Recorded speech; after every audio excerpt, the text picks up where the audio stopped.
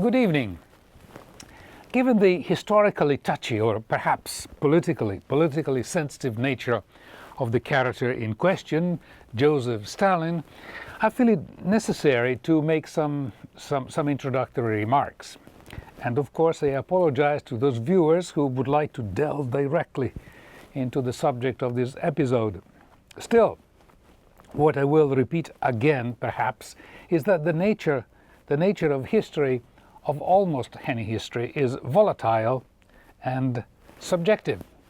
And right away, I will say that those who are expecting a condemnation or a glorification of Stalin and of his era will be disappointed.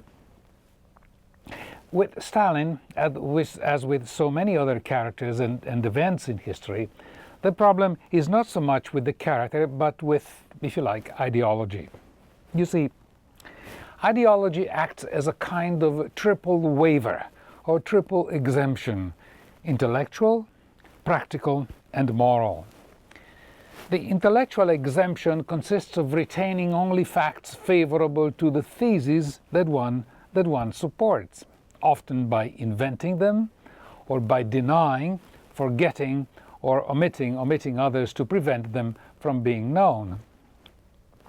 The practical exemption consists of denying the value of any objection or confutation, however factual and logical.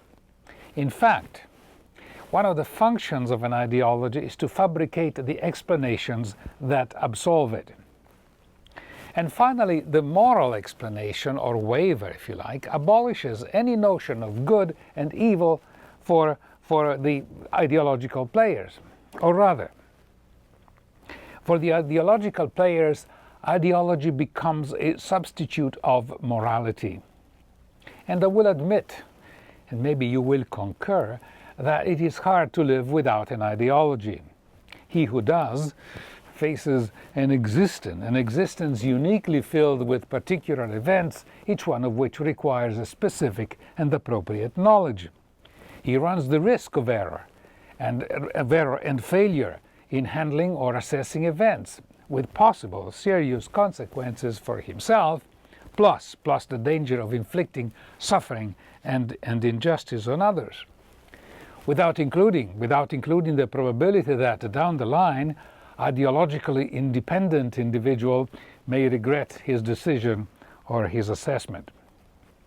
Now, the word ideology was coined in 1796, believe it or not, in the thick of the French Revolution by a French philosopher by the name of Destot de Tracy. The word is a composite of two words: idea, meaning an archetype, a concept that may have come down from God, and the other it is legain, that is to discuss. That is, ideology is a statement or a discussion about ideas. Now, in the most current usage, we can define ideology as a sanctioned or authoritative doctrine not supported by rational argument. And let me give you an example that is about 400 years old. As you know, Galileo discovered or at least perfected the telescope to the point that he made two critical discoveries. One was that Jupiter had satellites, and the other was that the sun had spots, what we refer to as sunspots. Of course, he confirmed Copernicus' finding that the sun does not go around the earth, it is the other way around. Now, the business of who was circling around whom could be still subject to dispute, but that the sun had spots was an even graver issue. And why? Because the sun is or was a perfect body. It could not possibly have been marred by unsightly spots. And even worse, the notion that Jupiter had satellites, because from time immemorial the sun is the center of the universe, and how could any other object so rudely contradict the divine will? And at this point, the Bishop of Pisa, from where Galileo conducted his researches, issued a pastoral, an advisory to the brethren, telling them that it was sinful to look through a telescope because it showed objects that did not exist. Which is but one example of the immense power of ideology. Another more recent example of ideology is climate change. Glaciers everywhere are melting at a rate faster than even anticipated 10 years ago. On the Alps, in Italy, in the summer, they have resorted to cover some glaciers with the normal sun-reflecting kind of tinfoil in an attempt to reduce the melting.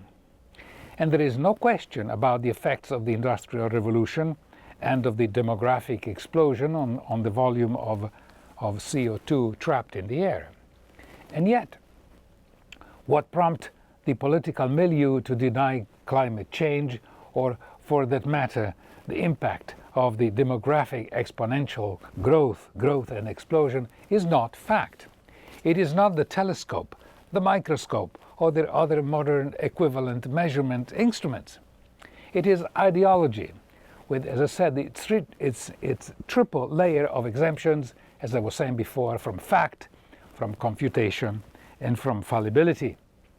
When even science, or at least the results of a factual collection of data, can be disputed, we can imagine what can happen to history. Now you will say, what has all this to do with Stalin?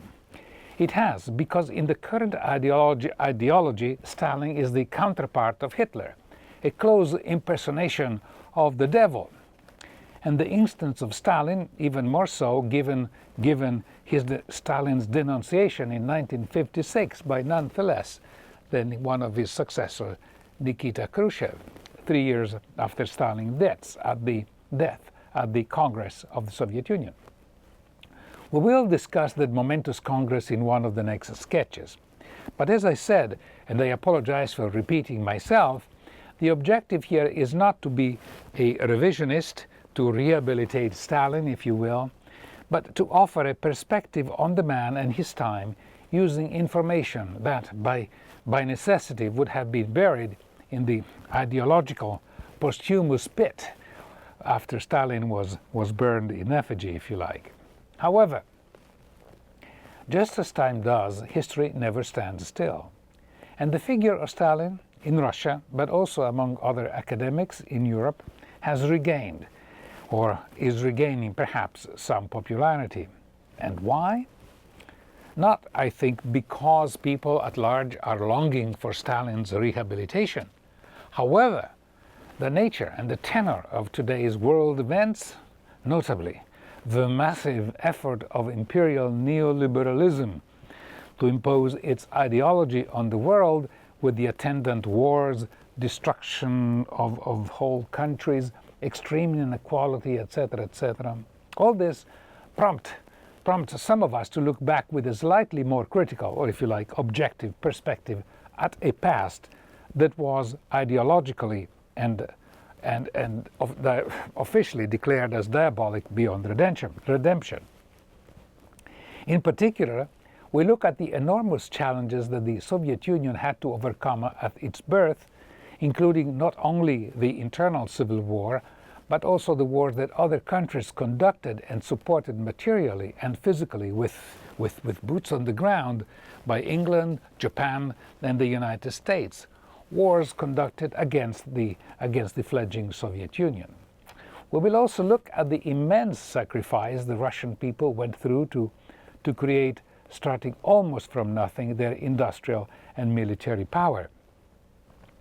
Power that enabled the Soviet Union, albeit at the cost of the life of millions, to win the patriotic war, to win World War II. We must consider these factors in order to place Stalin, if you like, in a more objective historical context. One more point. Today, the so-called left is a joke, not only in the US, but also in Europe. And what we can call right-wing forces are in the ascendant. And the close connection between neoliberal ideology and fascism does not require elucidation.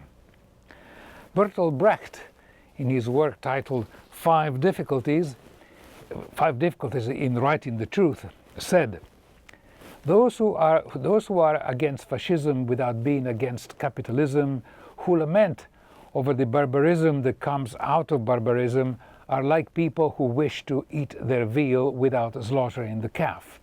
They are willing to eat the calf, but they dislike the sight of blood. They are easily satisfied with the butcher if the butcher washes his hands before weighing the meat. They are not against the property relations which engender barbarism.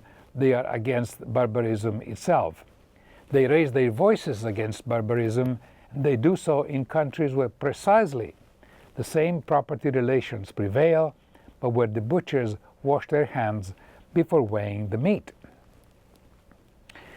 Now, the left, as I was saying, is helpless, impotent, spineless, reduced to irrelevance.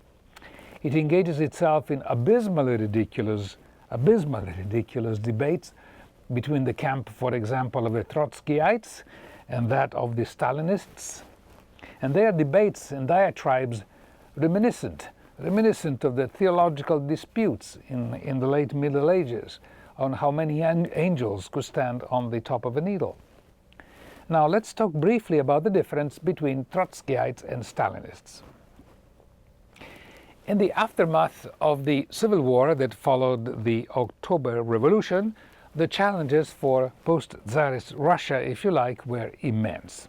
For it was not only a change in government or a change from a monarchy to a republic, it was simultaneously a change in the form of government as well as an attempt to revolutionize radically the structure, if you like, the marrow, so to speak, the marrow of society. And by the way, the inspiring ideas were not the invention of Lenin or Stalin or even of Marx and Engels. Yes, Marx had provided a theoretical and sociological framework based on his economic history and analysis of the world and of its consequences. But the core inspiration at the heart of the October Revolution lay, if I may, or at least I think so, in the classics of 19th century Russian literature. Similarly, as we know, the ideals inspiring the French Revolution sprouted from the ideas of Voltaire, Rousseau, and other classics of 18th century French literature. Except that the French Revolution was the revolution of the bourgeoisie, or at least the bourgeoisie soon directed the revolution, where it wanted it to go, with the conclusion that there was everything wrong with nobles and kings whose heads had to be chopped, but there was nothing wrong with an emperor, Napoleon, whom most historians consider the heir of the French Revolution. And from this point of view, we can agree with the only statement made by Margaret Thatcher that I can also agree upon, that is, the French Revolution produced a heap of headless corpses and a tyrant. But returning to the Russian classics, if you read, as I said, if you read carefully, calmly and slowly any of them, not for an examination, but for fun, for yourself, you read, say, War and Peace, or maybe Dostoevsky's The Brother Karamazov. But we could choose any from a fairly long list. At the end, you may find yourself, at the end of your reading, feeling different in your mood and in your views of the world, at least temporarily, different. And it will be a feeling that is difficult to convey in words. And for in this special feeling that so many have experienced lies a clue to the Russian soul, and consequently to what happened since 1917 until the West-inspired, driven and supported dissolution of the Soviet Union. Speaking agnostically, I would recommend as an example that you read Tolstoy's essay, The Kingdom of God Within You, and you will find in it, written in a somewhat different and literary way, the tenets of Marxism and Leninism. Now, in the original conception of the Russian Revolution, there would be three stages. The revolution itself, followed by the so-called dictatorship of the proletariat, and followed in turn by the abolition of the proletariat. And this was to be a gradual process involving especially primary education, during which the taboos connected with the millenarian and patriarchal, if you like, view of the world would be gradually removed. For the three major monotheistic religions are, if you like, integralist, that is, are founded on the patriarchal model of the universe and of the family. Patriarchal, hence authoritarian, unquestionable, irrefutable, written in heaven. In turn, patriarchy, sustained and propagated by religion, starts with sexual repression in infancy. And this sense of sin produces an inferiority complex, therefore a prompting of submission to the mystic figure of the eternal Father and unfortunately, consequently, of the earthly Father and of authority in general. And it was starting from here, from the gradual reduction of the patriarchal taboo, if we can call it so, that the real revolution would unfold, leading to the third stage, the end of the dictatorship of the proletariat. What was overlooked, and it's easy to say it with the power of hindsight, of course, is that changing a mode of government is, relatively speaking, much easier than changing the collective mode of thought of a full people. And all of this caused an internal change of plans. Rather than global, the revolution would start locally, namely the great experiment would begin in Russia. Russia, in other words, was to be a testing ground. Now, this was a long introduction, and I'm sure some of you will say so, but there is an abundance of Stalin's biography. I've checked almost 100, and plenty of information on the web. But often history is almost used as a weapon or an instrument for, as I said before, an ideological fight, meaning that it is aimed at defending the theories and presuppositions of a particular historical school. And this is not, absolutely not, the objective or the intent of the historical sketches on Stalin. What I would like to do is to focus on some aspects of Stalin's life and of his character that may help place the man and his time into context, outside the usual stereotypes that make him a hero or a villain, depending on the ideology of those who cast their judgments or aspersions. Stalin was born in Georgia, in the city of Gori, and he had Georgian parents and was of genuine Georgian stock. As most children in the vast Tsarist empire, he grew up speaking both the Georgian language and Russian. And these Caucasian languages, Georgian, of which Georgian is the most important of a group of languages, they're called Kartvelian. The Georgian language has its own alphabet, and if you think that the Cyrillic Russian alphabet is hard to learn, look at what the Georgian alphabet looks like. This word means Kartuli, a word identifying the family of languages to which the Georgian belongs to. Now, Stalin's name was actually Joseph Vissarionovich Dzugashvili, And given the recent turmoil and actual war in Georgia as part of the US-sponsored dismemberment of Russia, you may have noticed that the name of just about of all the Georgian characters who come into the limelight always end in Shvili. And here is something that most of you probably do not know unless you are of Georgian stock. Similar to the Russian language, the Georgian language uses patronymics to identify people. That is, two distinct words are used to identify the person, namely himself and his father. So in Stalin's case, Joseph Vissarionovich Dzugashvili, Vissarionovich is the Russian patronymic identification, that is, Joseph, son of Vissarion, while Dzugashvili means child of Dzuga, for in Georgian, Shvili means child. So Stalin's, in fact, Stalin's father was Vissarion Dzugashvili, probably because Stalin's grandfather was also called Dzuga, I'm guessing. Giving to the child the same first name of the father is more frequent in Russia than elsewhere. In fact, Putin's father's name is also Vladimir. Therefore, correct Russian name is Vladimir Vladimirovich Putin. That is, Vladimir Putin, son of another Vladimir.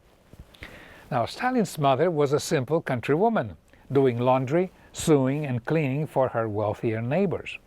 She did not speak Russian and could not read or write Georgian. Her name was Yekaterina Georgievna Zagashvili, or if you like, Catherine, daughter of George and wife of Dzuga, who in turn was a son of another Dzuga. Stalin spent little time with his mother. In fact, in her memoirs, Stalin's daughter Svetlana says, "He was a bad and neglectful son, as he was father and husband. He devoted his whole being to something else, to politics and struggle. Therefore, people who weren't personally close were always more important to him than those who were." And this was seized by some biographer as an index of a cruel temperament. Maybe, but the phenomenon is not confined to one region. However, Stalin also, we can say, ensured that his mother was well taken care of, especially when she was ill. In 1935, he decided to send his children to Tiflis, later renamed Tbilisi, in 1936, the capital of Georgia, to visit their grandmother, and wrote to her this laconic message: "I am sending my children to see you. Kiss them and make them welcome. They are good children. If I can manage, I'll try to come and see you." His mother was aware that her son was a powerful figure in Russia, but had little knowledge of his position. During one of his rare visits, she asked him, "What are you exactly? Tell me." And he explained that he was the secretary, of course, of the Central Committee of the Communist Party. But his mother had no idea of what that meant. So, according to Stalin's daughter, Svetlana, he said, "Mama, do you remember our Tsar? Well, I am something like the Tsar." And again, according to his daughter, when Stalin asked his mother, "Why did you beat me so often when I was a child?" she replied, "You seem to have done all right." And before he left, the mother said, "All the same, it's a pity you didn't become a priest." Stalin was educated at the Gori Junior Seminary, where he graduated with honors in 1894. His mother died in 1937 of pneumonia, and her death was not announced by the Moscow press. It was a time of internal political turmoil, to which we may return later. But in Georgia, the fact could not go unnoticed. At her funeral, some members of the Politburo carried the coffin, and Stalin's mother, so a simple peasant woman who hoped that her son would become a priest, was buried close to the graves of famous Russian and Georgian poets. Stalin was married twice. First, in 1905, his first wife was Yekaterina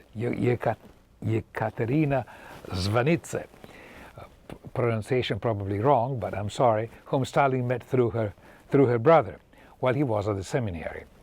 She died of pneumonia while Stalin was in prison in 1907, 10 years before the revolution. His second wife was Nadezhda Alleluyeva, and she went to spend some time in Georgia with her son Vasily. Stalin had written to her mother as follows: "Greetings, be well, don't let sorrow enter your heart. You know the saying, while I live, I will enjoy my violets. When I die, the graveyard worms can rejoice. This woman, she is my wife. Take good care of her. Sign yours, Sozo," diminutive of Joseph Sozo. When some Georgian party member had to travel to Moscow, his mother, Stalin's mother, sent him parcels containing jam and local sweets, and in return he sent her some small sums of money along with short notes, which she carefully kept. And during 16 years there were a total of 18 letters sent by Stalin to his mother. The longest letter Stalin sent to his mother was 6 months after his second wife, Nadezhda Alleluyeva, as I said, committed suicide. I'm reading it, for sometimes a character of a person can also be seen in the way he expresses himself, especially towards his close family. And he said, "Greetings, dear mother. I received your letter and also the jam, ginger and sweets. The children were very happy and send you their greetings and thanks. It's good to hear that you are well and cheerful. I am in good health, don't worry about me. My personal life is hard after Nadia's death, but never mind, a strong man must always remain strong." Only few party members knew of the suicide of his wife, and no medical report on the cause of death was ever issued. Stalin had a very typical Georgian features and spoke with a strong Georgian accent. But after World War II, the traces of his Georgian features disappeared somewhat from the official portraits, or so say the notorious usual rumor mongers. But the actor who played the part of Stalin in the movie The Battle of Stalingrad spoke without a Georgian accent, and Stalin approved. He wanted to be what he really was, a Russian nationalist. Now time is running out, and I know that the introduction was quite long, but given that today even history is told with sound bites, I thought that some caution was necessary before attempting to talk about the life of a man who is used by many, this man, as a symbol of everything bad, especially those who make a living by fostering this type of notions. And in the next episode, we will cover some of the salient events, including the development of the atomic bomb, the bewildering Congress of 1956 with the devastating criticism of Stalin by Khrushchev, and other key events with which Stalin was connected. Thank you for watching, and until next time, I am Jimmy Mollia for Historical Sketches.